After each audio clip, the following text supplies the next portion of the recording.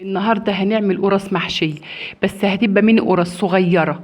القرص أول ما تطلع من الفرن معاكي بخاخة فيها مية بخيها وغطيها وسيبها 5 دقايق علشان تطرى. معايا الخميرة وسكر، 3 معالق سكر على المية، بدل المية لبن، أيوة مفيش مشكلة.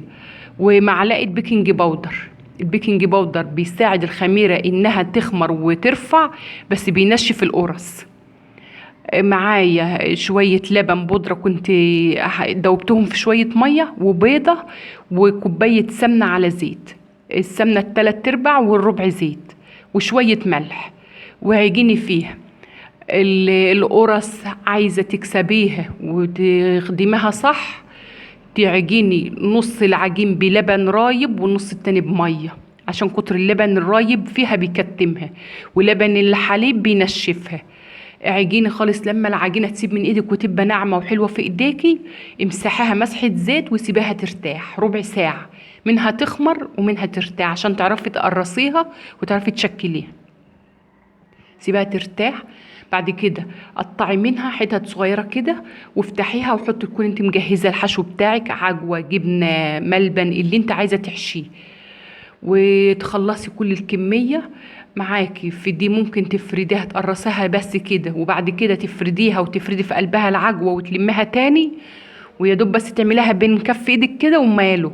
ديت جبنة على فلفل اسود على معلقة سمنة. وبرضه هعمل نفس ما عملت في العجوة، نفس الطريقة، بس الطريقة دي بتخرج الجبنة بره. الجبنة بتخرج من قلب القرصة. انما لو عملتها زي السمبوسة كده وفردتيها وحطيتي فيها الجبنة ولمتيها تاني طبقتيها، الجبنة عمرها ما تخرج منها. معايا الكمية كلها خلصيها بالجبنة بالملبن زي ما انت عايز.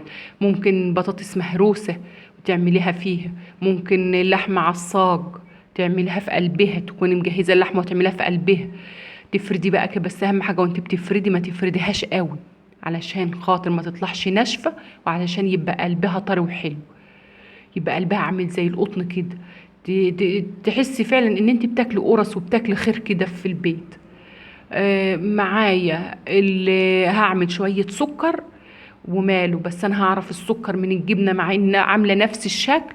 هنقشها بقى بالمنقاش، يعني في ناس تعملها بالشوكة، بس لما بتخمر الاثر بتاع الشوكة بيختفي.